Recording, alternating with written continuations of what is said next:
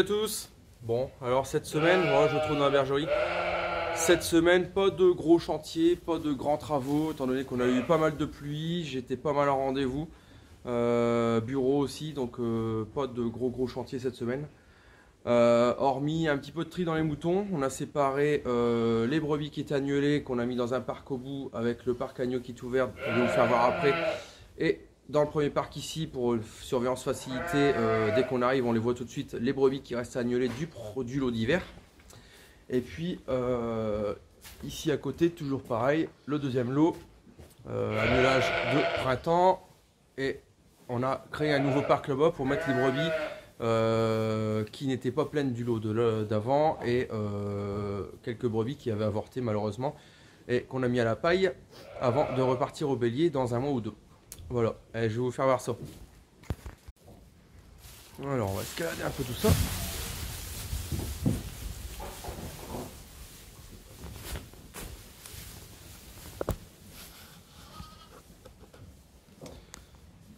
Voilà, alors ici ce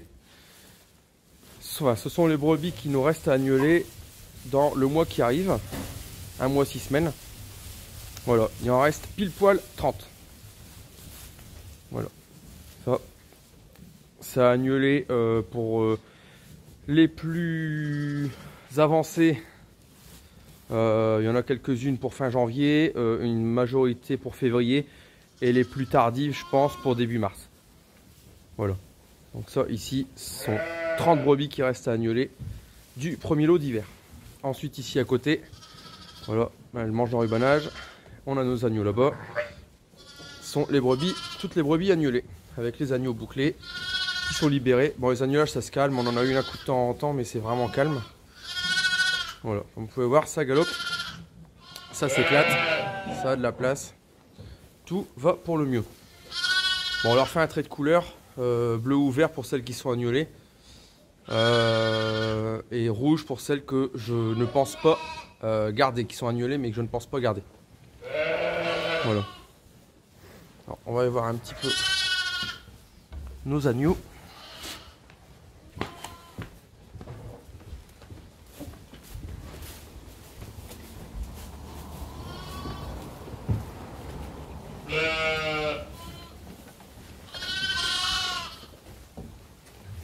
Voilà. Bon, on a gardé une dizaine de cases d'agnelage pour justement... Ce qui se passe, c'est que les brebis qui sont de l'autre côté, les 30 agnelés, si ça agnelle, on les isole entre les deux barrières, on les laisse tranquilles pendant 1 heure ou 2. Quand l'agneau est bien en route, on transfère par ici, case d'agnelage pendant quelques jours comme on fait habituellement, et ensuite elles sont déjà dans le bain avec les brebis et agneaux, et le tri s'en trouve facilité. Voilà, vous pouvez voir, ça galope, hein. Et puis ça pousse, ça. On va voir un agneau comme ça qui a une quinzaine de jours, vous voyez un petit peu la croissance qu'il a. Et on a ici... ouvert là notre parc pour les agneaux. Voilà, donc ici c'est le terrain de jeu des agneaux, c'est leur endroit de repos. Je vais essayer de passer au-dessus sans me casser la tronche. Hop là. Voilà, regardez, hop, ça file comme des rats.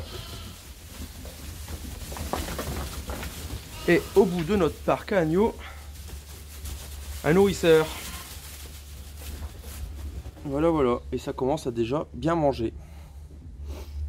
Alors dans le nourrisseur, tout simplement, j'achète pas d'aliments dans le commerce, hein, j'aime bien faire un peu tout maison.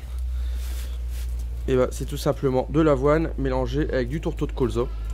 On met à peu près 80% d'avoine et 20% de tourteau de colza. Et je démarre mes agneaux avec ça, et ensuite... on mélangera ça, notre tourteau de colza avoine, avec notre PLC, notre aliment pour les brebis, qui servira aussi d'aliment d'engraissement. Voilà.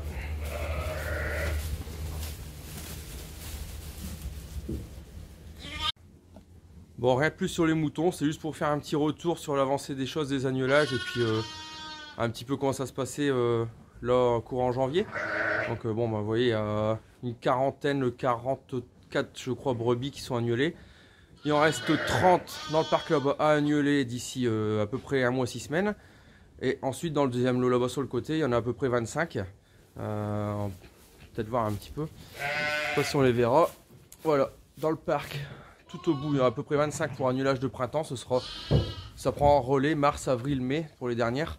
Peut-être quelques retardataires en juin, à voir. C'est pour ça que j'ai laissé un bélier dedans. Ça me sert aussi à détecter les chaleurs, les éventuels retours de chaleur.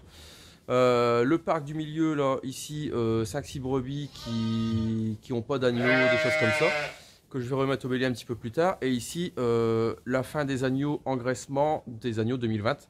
Hein, il en restait 4-5, voilà, ils sont bientôt bons à partir. On va s'en occuper. Voilà, bon, rien de plus dans les moutons. Ce que je vous propose, c'est on a aujourd'hui, et c'est très rare, une belle après-midi avec un peu de soleil. Je vais vous emmener faire un petit tour de plaine. On va aller voir un petit peu l'évolution des blés. Allez, on est parti. Bon voilà, je viens de faire les 12 km qui me séparent du deuxième site, là où sont les cultures et les veaux. Chose qui va bientôt changer, puisque comme je vous ai dit dans la vidéo de fin d'année, avec la présentation des projets pour 2021, les projets d'avenir, la bergerie va arriver sur ce site ici à partir du printemps. Mais bon, pour l'instant c'est pas le cas, donc il y a toujours 12 km qui me séparent du deuxième site que je viens de franchir en voiture. Et là donc je vous emmène en premier voir la parcelle de blé pour laquelle j'ai dû labourer après maïs grain et qui était pas belle du tout. Ça veut en revenir un petit peu, c'est pas merveilleux. Le potentiel, il n'y a pas un potentiel miraculeux là-dedans, mais au prix du blé cette année, je pense qu'on va préserver la parcelle et on va faire ce qu'il faut pour la maintenir à un niveau sanitaire et de rentabilité assez acceptable, et puis on va la garder en blé. Voilà. Bon, je me gare et puis on regarde ça.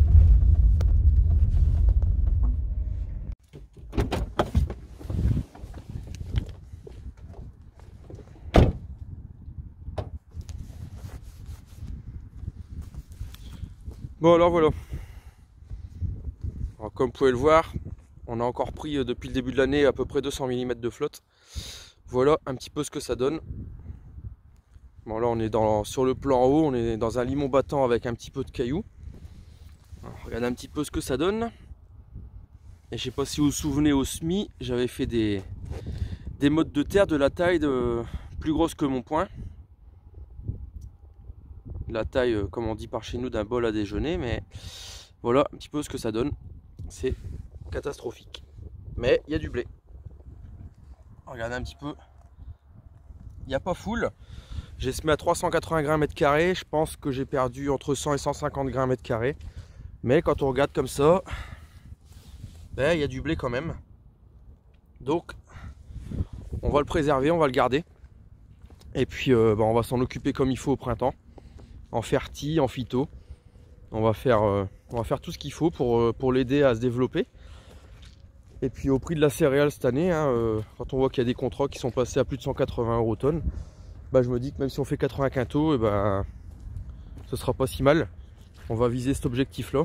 Là où aux autres parcelles je vise 100 quintaux, bah, ici on visera 80 et puis on s'en sortira quand même comme ça. Et si l'objectif est atteint, bah, je me dirais que c'est pas si mal que ça. Mais bon, quand même, cette parcelle, ça reste quand même la problématique de cette année. Et aussi dans la tête, avec beaucoup de pistes de réflexion sur que faire dans cette parcelle à l'avenir pour la rendre moins hydromorphe, moins battante, et qu'elle se ressuie mieux et qu'elle ait une structure. On va essayer d'améliorer un petit peu aussi la texture, mais ce sera moins évident. Par contre, la structure, on peut essayer de l'améliorer avec des rotations, des choses comme ça, avec des cultures. Donc concrètement, ce que j'envisage de faire, ça commence à se dessiner un petit peu là. Ce que je voudrais faire, c'est récolter mon blé, en espérant le récolter pas trop tard, qu'on ait une moisson convenable, et derrière faire des amendements, donc des écumes, un gros apport de fumier pour amener de la matière organique, pour relever un petit peu le CAH et que les mottes se délayent un peu moins à la pluie. Et modifier ainsi un petit peu la texture, mais aussi beaucoup modifier la structure et l'améliorer, et faire deux passages de fissurateur en croix, en espérant des conditions bien sèches pour que la terre s'éclate bien. Et suite à ça, il y aura un semis de colza. C'est à peu près sûr qu'ici ça partira en colza, en semis, en non labour, bien sûr en TCS, en espérant, et bon c'est le but, c'est que le colza avec sa racine en pivot, eh ben, elle me travaille un petit peu les différents horizons du sol sur les 50 premiers centimètres pour dire de restructurer un petit peu tout ça et de repartir sur de bonnes bases. Et le colza m'apportera en même temps aussi de la matière organique par le fait des résidus qui seront broyés à la moisson. Bon, alors, comme vous pouvez voir, je filme pendant que je vous parle et bon, c'est pas beau, hein, c'est pas beau, il y a des flaques.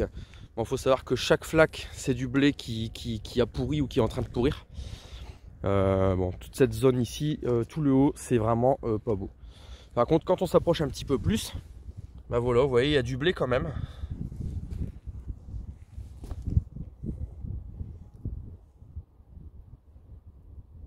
Voilà, j'ai pas fait de comptage, mais j'estime qu'il me reste entre 200 et 250 pieds mètres carrés sur les 380 que j'ai semés environ. À vue de nez, hein, j'ai pas fait de comptage, mais selon les zones, c'est à peu près ça. Donc, bon, il faudrait pas une longue période de gel avec des moins 10, moins 12 là, à l'arrivée du printemps. Parce que là, ce serait catastrophique. Mais pour l'instant, ça se maintient en espérant que la pluie s'arrête enfin. Alors là, vous allez voir, ça va être coupe au couteau. On a toute la zone à plat en limon battant. On passe par la zone complètement hydromorphe ici, dont je vous ai tant parlé avec ma fameuse tranchée des Allemands, qui était rebouchée comme ils ont pu, les pauvres malheureux. Et de ce fait là, bah, vous voyez, c'est une catastrophe. L'eau reste, ça fait des ornières, enfin, c'est terrible. C'est la zone la pire de la parcelle, que j'envisagerais peut-être de ressemer une zone en orge ou en avoine, mais c'est vraiment pas sûr. À mon avis, je vais préserver le blé. Et on arrive dans l'argilo-calcaire en coteau, où là, bah, le blé il est magnifique, tout à lever. Et là, il est franchement chouette. Là, pareil, ça a bien fondu parce qu'il y avait des mottes énormes, mais comme vous pouvez le voir, c'est vraiment coupé au couteau. Comme quoi, les années pluvieuses, on est beaucoup mieux dans des terres argileuses qui se font très grossièrement que dans du limon. Qui plus est, limon battant, malgré les cailloux. Et voilà, bon, ici on est vraiment, si toute la parcelle était comme ça, je serais franchement ravi. En plus, le développement est plus que correct, il est pas mal du tout ce blé.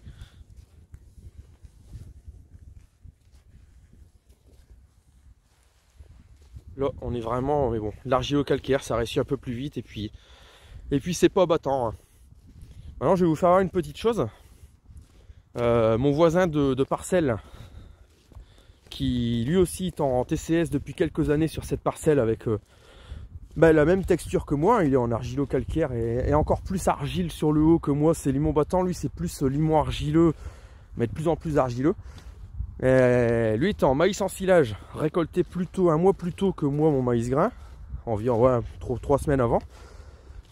Il a semé une dizaine de jours avant moi, et lui il a réussi à semer sans labour. Moi ce qui m'a gêné, c'est les résidus de paille de maïs au sol qui gardaient l'humidité et qui ont fait que je n'ai pas pu semer en TCS ni en semi-direct. Et lui il a tout simplement réussi à passer une tournée de décompacteur et ensuite rotatif semoir. Alors regardez un petit peu la différence. Lui il semait 10 jours avant en TCS, moi j'ai dû labourer. Bon, je sais pas si vous voyez, c'est assez bluffant, assez flagrant. Et si on remonte,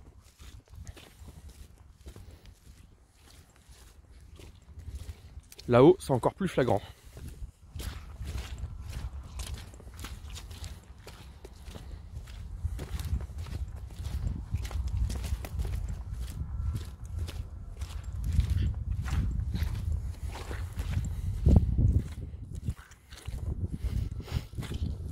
Alors regardez.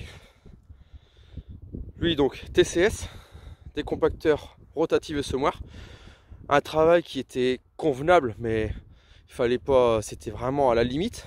Et puis bah, vous voyez, ça s'est vachement bien passé. Et moi j'ai dû labourer, et je suis passé totalement au travers du labour. Moins de portance, j'ai déstructuré mon sol et je passe au travers. Vous voyez un petit peu, pas que je sois contre le labour, bien loin de là, j'ai dû labourer, mais si je peux m'en passer et avoir plutôt ce résultat là à l'avenir, et ben vous verrez pas de charrue chez moi. Bon, là ce qu'on peut dire sur cette parcelle catastrophe, qui j'espère va s'en tirer quand même pas trop mal. On arrive fin janvier, avec un peu de chance, les pluies vont enfin cesser et on va avoir un petit peu plus de sec. Et avec l'arrivée du printemps, le soleil, la reprise de végétation, j'espère pouvoir en tirer quelque chose. Mais bon, c'est pas gagné. Mais après, ressemer une autre culture, bah, ça veut dire retravailler le sol. Même si on le fait sans travail du sol, bah, ça fait quand même un coup de ressemis, de la semence. Pour un résultat en culture de printemps qui parfois n'est pas mieux parce que depuis quelques années on a des sécheresses, des périodes très sèches au printemps qui pénalisent les cultures de printemps. Donc je prends la décision de garder mon blé et d'essayer de le mener du mieux possible jusqu'à la récolte.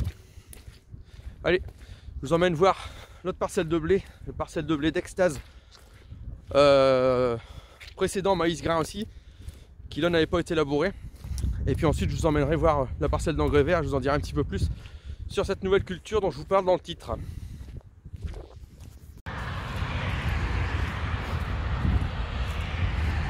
Voilà, on arrive dans la deuxième parcelle. Alors ici, variété Extase, SMI 300 grammes mètre carré. Je sais pas si vous voyez un petit peu, c'est la parcelle qui longe la route nationale. Là.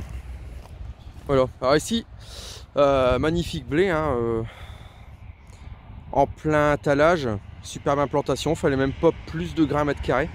La petite problématique, c'est que précédent maïs grain également, mais pas de labour, donc les sangliers, parce qu'on a pas mal de sangliers, on est pas mal embêté avec ça depuis quelques mois. Bah, les sangliers viennent chercher des carottes ou des grains qui ont été perdus à la récolte, et puis bah, ils défoncent un petit peu certaines zones de la parcelle. Bon, rien de méchant, c'est vraiment des petites zones. Preuve que la batteuse classe n'a pas perdu trop de carottes ou trop de grains, et c'est tant mieux. Mais voilà, donc bah, je sais pas si je vous l'ai certainement déjà dit, mais si on se tourne par là, la parcelle qu'on vient de visiter, la parcelle catastrophe, elle se trouve à 300 mètres à vol d'oiseau là-haut. Et donc ici 300 mètres plus bas, on n'a pas eu, même précédent maïs grain, même manière de récolter, même date de récolte. Et puis vous voyez, totalement différent niveau résultat. Parce qu'ici on a su semer donc en TCS, ce sont des terres qui se prêtent au TCS. Ici c'est du limon calcaire avec un petit caillou aussi, rien de méchant. Mais une bonne petite terre à céréales. Et donc ouais, on voit encore les routes de maïs. J'avais passé, souvenez-vous, du déchômeur à disque et puis derrière semis au sky. Et puis bah voilà, le résultat. Là, absolument rien à redire. Un blé qui est superbement implanté malgré les conditions météo de cette année avec des pluviométries excédentes. Ici c'est un blé qui, voilà, ça va suivre son cours. On va faire ce qu'il faut en allant et puis c'est tout, quoi. Il n'y a pas de problème. On a une portance, voilà.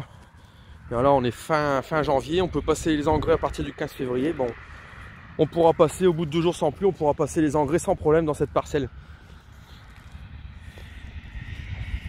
Un petit peu, vous voyez un petit peu l'avancée. Bon, l'Extase c'est une variété qui est très talente, hein, qui s'étale beaucoup. Et c'est vraiment superbe. Et puis rien à dire sur le désherbage parce que ça se tient vraiment propre, ça a bien fonctionné. Il y aura peut-être un peu de rattrapage sur des dicotes cours du printemps, mais à voir, rien de sûr. Voilà pour cette deuxième parcelle.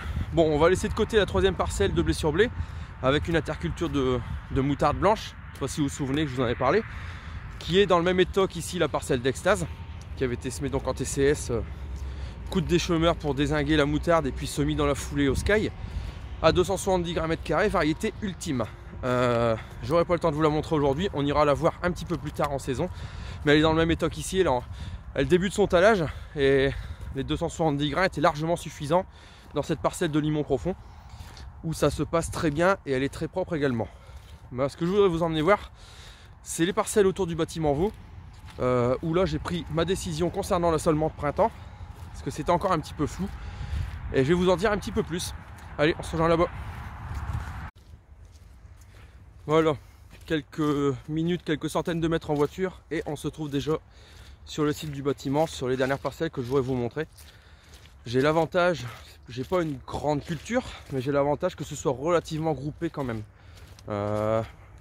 Toutes mes parcelles se trouvent sur un rayon d'1 kilomètre autour de mon bâtiment, du site de production de veau, et les prairies les plus éloignées sont environ à 4 km. Donc c'est quand même relativement pratique en termes de travail. Alors ici, on se trouve dans la parcelle de moutarde, située. Voilà. le bâtiment qui se situe là. Et là-bas dans le fond, la deuxième parcelle qui touche au site. Alors ici, ma décision a été prise. Bon, on est encore sur la moutarde. J'aurais voulu passer un coup de déchômeur à disque pour détruire la moutarde. Enfin, terminer de la détruire parce qu'elle a déjà bien gelé. Comme vous pouvez le voir, ça a déjà bien gelé, c'est pas mal. Terminer de la détruire et ouvrir un petit peu la terre pour l'aérer. Mais le problème, c'est qu'on n'a pas de conditions qui nous permettent de le faire jusqu'à aujourd'hui. Mais dès que les conditions vont s'y prêter, je vais passer un petit coup de disque sur 5 cm juste pour casser la moutarde, désherber un petit peu et déraciner un petit peu les mauvaises herbes, et en espérant un peu de gel ou un peu de sec pour détruire toutes ces racines et toutes ces mauvaises herbes. Enfin, sont encore à stade de plantule, donc justement je peux les détruire par un déchômage, un désherbage mécanique. Alors ici, je vais retourner la caméra et je vais vous parler un petit peu de tout ça. Voilà, bon, pas évident que le portable parce qu'il faut couper la caméra, retourner le sens de vision de la caméra et puis recontinuer à filmer. Bon, ça, comme je vous l'ai promis, ça va s'arranger dans les semaines à venir. Ça va s'arranger. Bon, voilà, comme je vous disais, la moutarde a bien gelé, ça va se détruire, un petit coup de disque. J'étais encore assez indécis sur ces deux parcelles qui font pour les deux parcelles 4 hectares 70 sur mon assolement, sachant que je veux 3 cultures. Les autres parcelles sont en blé. Il me reste donc ces deux parcelles-ci pour un total de 4 hectares 70 à emblaver en culture de printemps. Et la décision a été prise cette semaine. Il y aura donc, j'hésitais entre maïs grain et avoine, ou maïs grain et une autre culture style pois ou févrole, des choses comme ça. Ce sera donc 2 têtes d'assolement, mais donc il y aura du maïs grain. Donc ici, ma parcelle qui va jusqu'au blé du voisin, je vais mettre, ici c'est plutôt de l'argile, argilo-calcaire. Ici, je vais mettre une bande de 21 mètres de maïs grain. Je vais mettre également, je sais pas si en zoomant on va voir, la partie en dessous de la haie qui sera également en maïs grain. Et la particularité dont je voulais vous parler, c'est que je vais emblaver pour ce printemps 2021 une nouvelle culture, donc à peu près donc maïs grain sur le haut, d'ici jusqu'en bas de la moutarde. Ça va tout simplement être de la culture de pommes de terre. Voilà, on commence la culture de pommes de terre à compter de cette année. Et si tout se passe bien, elle fera partie intégrante de la rotation à partir de cette année, pour une surface environ de 2,5 hectares tous les ans. Voilà. La décision a été prise il y a très peu de temps. J'hésitais encore et puis la décision a été prise cette semaine. Donc on va emblaver des pommes de terre. Donc on aura sur ces 4 hectares 70, on aura du maïs grain, de la pomme de terre. Voilà, tout simplement. Donc ce sont des parcelles qui partiront en blé la saison prochaine. Et puis restera à définir les 2 autres parcelles de blé, en quoi elles partiront pour les futures années. Voilà, tout simplement. Je vais vous faire voir aussi, c'est que les fumiers, on les voit plus, ça s'est bien dégradé. Bon, vous voyez, c'est un petit peu sale dessus. Mais avec un coup de déchômeur, on va réussir à nettoyer déjà un petit peu tout ça. Et puis après, les désherbages des cultures maïs et pommes de terre, ça fera le reste. Vous voyez, regardez, ce qui reste un petit peu du fumier. C'est quand même bien dégradé. On a eu là pas mal de pluie, donc ça a aidé. Voilà un peu ce qui reste du fumier. Il y a eu 40 tonnes de fumier ici, l'été dernier. Vous voyez un petit peu ce qu'il en reste. Bon, moi ça va se dégrader. D'ici l'été prochain, on ne le voit plus. De même que pour les précédents, hein, la paille d'orge. Voilà, c'est un petit peu ce qui reste de la paille d'orge. Et on est toujours, j'en ai déjà parlé, sur notre structure qui... Bon là, il y a plus abondamment les derniers jours, donc c'est un peu collant. Mais on a quand même notre structure qui est relativement poreuse. Et on a une terre vraiment... Enfin, qui est un petit peu collante, mais qui se prend pas en masse. Et ça devrait vraiment le faire. Si on regarde un petit peu plus sur la moutarde,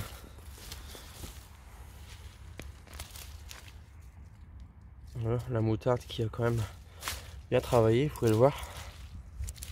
Voilà, on enfonce la lame de couteau, c'est très facile. Et à mon avis, ça va être un travail du sol relativement facile. Même dans l'argile ici ici sur le haut pour le maïs. Ça va être à travers du sol relativement facile. Bon voilà, tout simplement, bon, vous voyez, pas de grandes vidéos, on n'a pas de gros chantiers en ce moment avec la pluie et puis la saison qui fait que le mois de janvier c'est plutôt calme, à part de l'entretien, des choses comme ça. Je voulais tout simplement vous faire un petit peu où ça en était dans les moutons et l'avancée des cultures en milieu d'hiver, on est à peu près au milieu de l'hiver, en cet hiver très pluvieux. Voilà. Et aussi, voilà, vous annoncer que on va démarrer une nouvelle culture sur l'exploitation. Est-ce que ça durera, ce sera une culture à pérenniser ou pas, ce sera à voir. Bon, on est dans les Hauts-de-France. Les Hauts-de-France, c'est un petit peu l'endroit où est-ce qu'on fait beaucoup de pommes de terre, beaucoup de lin aussi. Donc est-ce qu'il y aura du lin à l'avenir ou pas? Pour l'instant, on ne le sait pas. Tout dépendra de la conjoncture. Est-ce que la pomme de terre restera et le maïs grain resteront à l'avenir? Ça, je l'affirme pas non plus, je ne sais pas. Je pense plutôt que le colza prendra la place du maïs grain et que je ferai perdurer, si ça se passe bien, la pomme de terre. Voilà. Bon bah sur ce, je reviendrai vers vous pour d'autres vidéos dans les jours à venir. Je voudrais vous présenter l'évolution de l'enfouisseur à lisier sur lequel on est en train de travailler. Il est complètement dépouillé. On va attaquer la fabrication du châssis dans les semaines à venir. Et après l'équipement, des dents, du dispositif d'épandage, etc. Pour le printemps. Arrivé aussi normalement aux dernières nouvelles du concessionnaire de la rampe Pandy-Slide sur la tonne pour la mi-février. Donc il y aura une mise en route de cette rampe sur les céréales et les prairies. Deuxième quinzaine de février, si le temps le permet, j'espère, je croise les doigts.